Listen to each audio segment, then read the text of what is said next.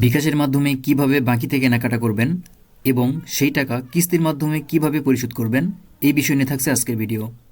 চলুন ভিডিওটি শুরু করা যাক। প্রথমে বিকাশ অ্যাপটি ওপেন করে পিন দিয়ে লগ ইন করে নিব।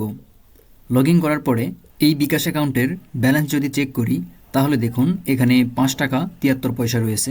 আমি একটি শপ থেকে 500 টাকার কেনাকাটা করেছি, সেখানে বিকাশ থেকে পেমেন্ট করব, এজন্য পেমেন্ট অপশানে ক্লিক করে দিলাম। পেমেন্ট অপশানে ক্লিক করার পরে আপনি যেই শপ থেকে কেনাকাটা করেছেন সেই শপের মার্চেন্ট অ্যাকাউন্ট নাম্বার অথবা পেমেন্ট করার যে নাম্বারটি রয়েছে সেই নাম্বারটি এখানে দিতে হবে, অথবা আপনি কিউআর কোডের মাধ্যমেও সেখানে পেমেন্ট করতে পারবেন। সেক্ষেত্রে এখানে ক্লিক করলে আপনার মোবাইল ফোনের ক্যামেরাটি ওপেন হবে। ক্যামেরাটি ওপেন হলে সেই শপের যে কিউআর কোডটি রয়েছে সেই কিউআর কোডটি স্ক্যান করতে হবে। কিউআর কোডটি স্ক্যান করলে অটোমেটিক সেই নাম্বারটি এখানে নিয়ে নেবে। আমি ম্যানুয়ালি নাম্বারটি এখানে দিলাম। নাম্বারটি দেওয়ার পরে পেমেন্ট কনফার্ম করুন এই অপশানের উপরে ক্লিক করে দিব। এখানে ক্লিক করার পরে দেখুন আমার ব্যবহারযোগ্য ব্যালেন্স 5 টাকা 73 পয়সা সেটা কিন্তু এখানে দেখাচ্ছে। এই ব্যালেন্সটি প্রথমেও কিন্তু আমি দেখিয়েছিলাম, বাট আমি এখানে 500 টাকার পেমেন্ট করব, সুতরাং এখানে 500 টাকা দিয়ে দিচ্ছি। টাকার পরিমাণ দেওয়ার পরে এখানে দেখুন এইটা ডিফল্টভাবে বিকাশ সিলেক্ট করা থাকবে।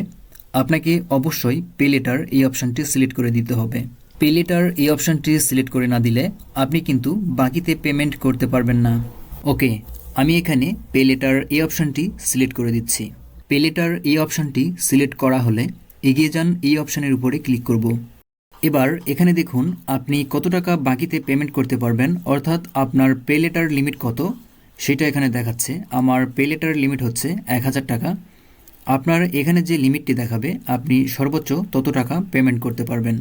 আর এখানে দেখুন আপনি যদি 7 দিনের মধ্যে এই টাকাটি পরিশোধ করে দেন তাহলে কোনো ধরনের ইন্টারেস্ট বা অতিরিক্ত টাকা দিতে হবে না, সেটা কিন্তু এখানে বলেছে।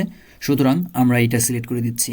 এবং আপনি যদি 3 মাসের মধ্যে এই টাকাটি পরিশোধ করেন তাহলে ইন্টারেস্ট রেট হবে 1.59% পার মান্থ। এছাড়াও প্রসেসিং ফি হিসাবে 2 টাকা 88 পয়সা আপনার অ্যাকাউন্ট থেকে চার্জ করা হবে। আর এই টাকাটি কিন্তু আপনার অ্যাকাউন্টে পূর্বে থেকেই থাকতে হবে। আপনার অ্যাকাউন্টে যদি 0 ব্যালেন্স থাকে তাহলে কিন্তু পেমেন্ট করতে পারবেন না।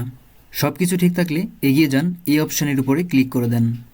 এবার আপনার বিকাশের যে পিন নাম্বারটি রয়েছে সেই পিন নাম্বারটি এখানে দিতে হবে। পিন নাম্বার দেওয়ার পরে পিন কনফার্ম করুন এই অপশানের উপরে ক্লিক করে দিতে হবে।